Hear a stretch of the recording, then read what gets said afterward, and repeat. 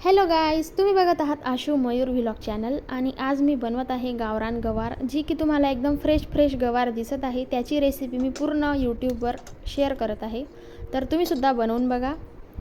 तर बघा, अगोदर एक कढई घ्या, कमी फ्लेमवर ठेवा।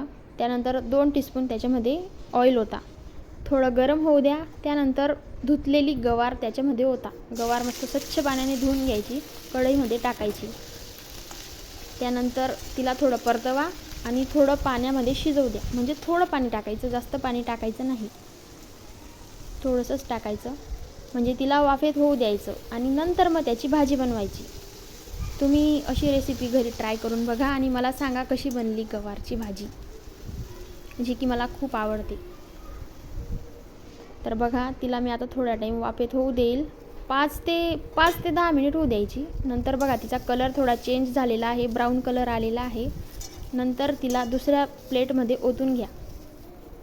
दुसऱ्या प्लेटमध्ये ओतल्यानंतर खलबत्त्यामध्ये 2-3 मिरची आणि लसूण याची पेस्ट करा आणि कढईमध्ये थोडं 2 टीस्पून ऑइल ओता। नंतर जिरे आणि मोहरी मस्त तडतडू द्या आणि वाटलेलं लसूण, जिरं आणि मिरची याला कढईमध्ये ओता, याची पेस्ट कढईमध्ये ओता। नंतर आपण फ्राय केलेली गवारसुद्धा कढईमध्ये ओतून द्यायची। थोडं परतवून घ्या, सर्व एकत्र मस्त परतवा। नंतर त्याच्यामध्ये हळद टाका, मीठ टाका। मीठ अगोदर गवारमध्ये कधीच टाकायचं नाही, शेवट टाकायचं। नंतर त्याला परतवल्यानंतर थोडी कोथिंबीर तुम्ही त्याच्यामध्ये ॲड करा आणि थोडासा शेंगदाण्याचा कुट्टासुद्धा त्याच्यामध्ये ॲड करा आणि बघा कशी लागते चव, सांगा मला।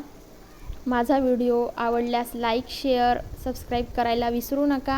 अशी रेसिपी तुम्ही ट्राय करून बघा, तुम्हीसुद्धा खातच राहणार।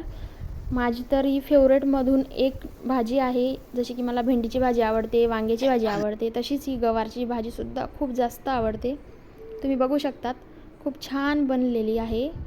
घरी ट्राय करा आणि मला सांगा की कशी बनली तुमची गावरान गवार।